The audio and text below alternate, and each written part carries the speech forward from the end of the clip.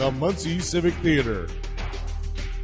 It has gone through great changes, from different locations to remodeling of the current building and its illustrious 78-plus year history. The theater has been a staple in the Muncie community since 1931. The Civic has always been a place where people of all ages can come and learn to express themselves.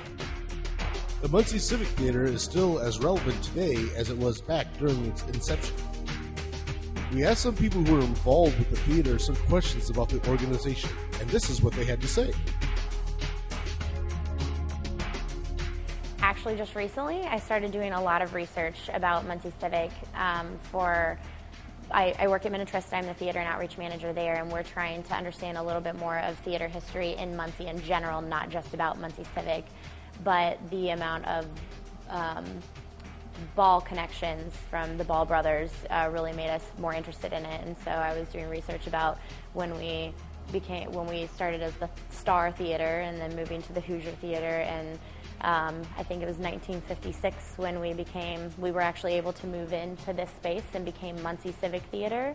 But for about 20 years before that, we were performing as Muncie Civic Theater in the Masonic Temple, and the amount of people in town and big names that were involved in that, and done a lot of research about some of the pictures you'll see on the walls about Eugene Moomaw and his interesting life, and that he never really came to see a show or anything like that. He wasn't really a theater supporter, but he came in and did for, I think, 30 years posters for every single show. So just interesting little facts like that that really intrigued me about this place.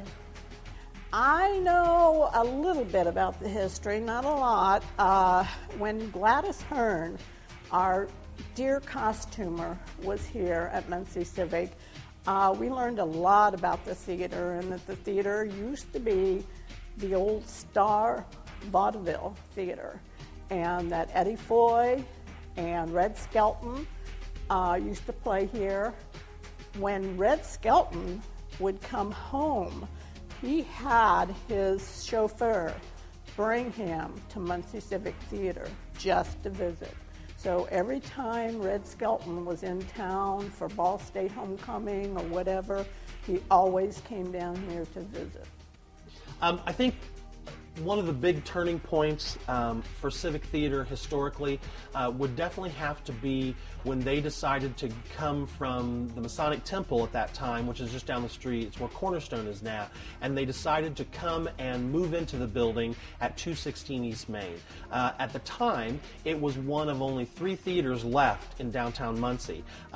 We are now the only theater left in downtown Muncie. All the other theaters have fallen to the wrecking ball, and so there is a real historical significance to 1961 when we came to this building, because not only did we save the building, because we ended up years later purchasing the building as an organization, but we also cemented theater in this community.